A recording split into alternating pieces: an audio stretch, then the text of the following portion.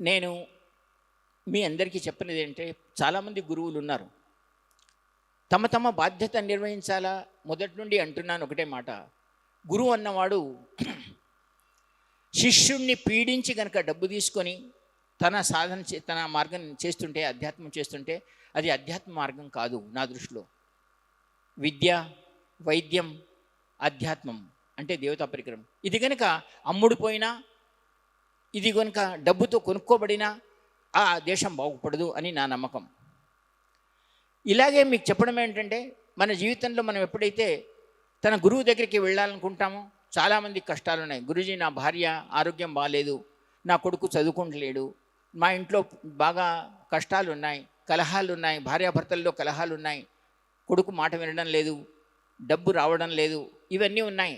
గురువు దగ్గర రావడం, గురూజీ మీ దగ్గరికి వచ్చినా సరే సాధన చేయడానికి సమయం దొరకదు, మా భార్య సాధన చేయనివ్వదు, లేకుంటే మా ఇతర పెద్దలు సాధన చేయనివ్వరు. ఇలాంటి పరిస్థితుల్లో వాడు ఎలా సాధన చేస్తాడు? వాడికి గట్టితనాన్ని నేను ప్రసాదించగలగాలి. వాడికి యోగ్యుడైన వాడిగా తయారు చేసి తీర్చిదిద్దాలి. వాడి కనుక ఇంట్లో కష్టం ఉంటే, వాడు అనారోగ్యంగా పడి ఉంటే సాధన చేయమంటే ఎలా చేస్తాడు? కనుక మొట్టమొదటి గురువుగా నా కర్తవ్యం ఏంటంటే, వాడికి ఆ ఇంట్లో శాంతిని ప్రసాదించి సాధన చేయించే మార్గాన్ని ఆలోచించాలి. ఇది నా యొక్క ఒక మార్గమే కాదు. ఎప్పుడైతే స్వామి నిఖిలేశ్వరానందజీ 18 ఏళ్ళు తన భార్యను ఇంట్లో వదిలి కందరాల్లో హిమాలయాల్లో 18 సంవత్సరాలు సాధన కోసం వెళ్ళి విద్య నేర్చుకోవడానికి వెళ్ళినారు.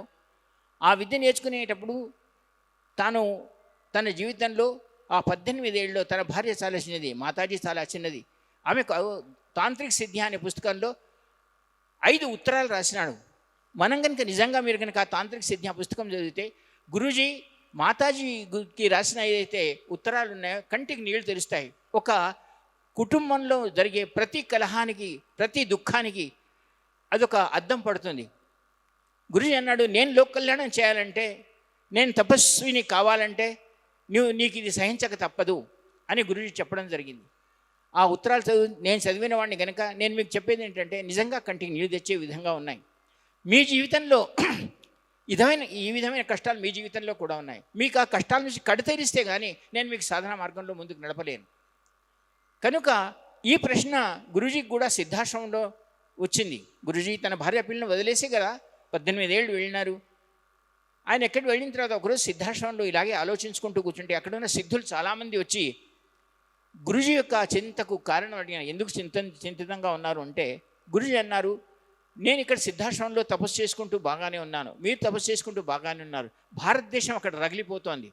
యుద్ధాల వల్ల కానివ్వండి, మత విద్వేషాల వల్ల కానివ్వండి, నా భార్య ఏమైందో అని నాకు చింతన, పైసలు సంపాదిస్తున్నామా ఏమైనా అవుతుందా అనే చింతన నాకు ఎప్పుడు తోలుస్తుంది. వాళ్ళందరినీ అలా వదిలేసి నేను ఇక్కడ వచ్చి ఏ సుఖాన్ని అనుభవిస్తాను, ఏ చేస్తాను? నాలాంటి వాడికే ఇలాంటిది ఉంటే మామూలు సాధకుడికి, మామూలు గృహస్థుడికి పరిస్థితి ఏముంటుంది? సన్యాసి అయిన వాడికి ఏమి ఇబ్బంది లేదు, వాడు ఎక్కడో ఉండి అడవుల్లో బతికిస్తాడు. కానీ లోక కళ్యాణం అనే మార్గం కనుక ఆలోచిస్తే, నా ఋషులు ఎవరైనా సరే ఏ ఋషి సన్యాసి కాడు. ప్రతి ఋషికి 4 భార్యలు, 5 భార్యలు. కశ్యప ప్రజాపతికి 60,000 మంది సంతానం ఉంది అంటారు.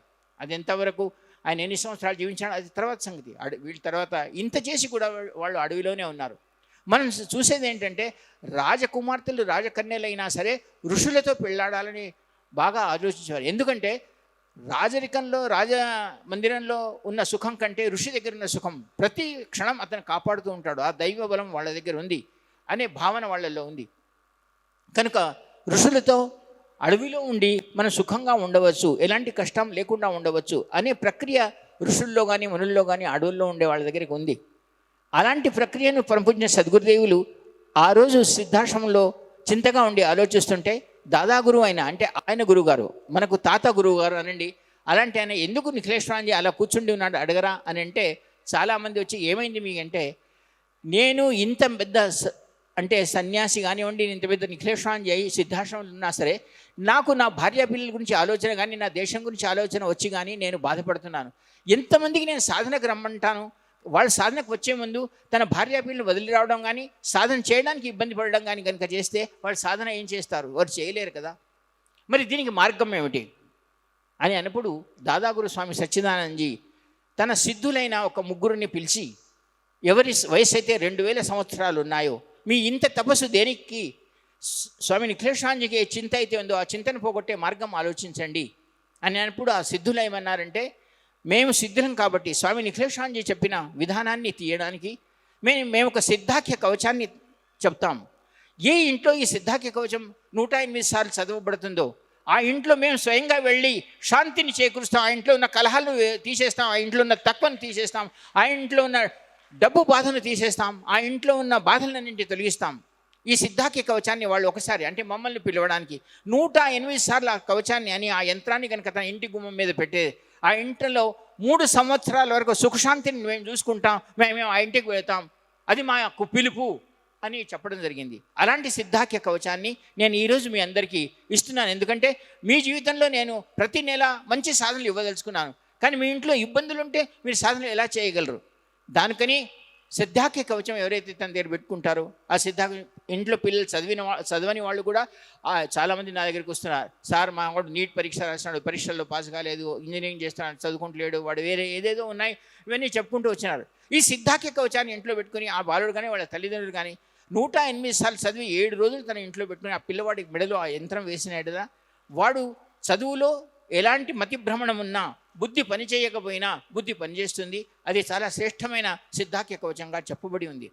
కాబట్టి మీ అందరి యొక్క బాధలను తొలగించి సాధనలో రావడానికి గురువుగా నా బాధ్యతగా నేను ఆ సిద్ధాఖ్య కవచాన్ని తయారు చేసినాను.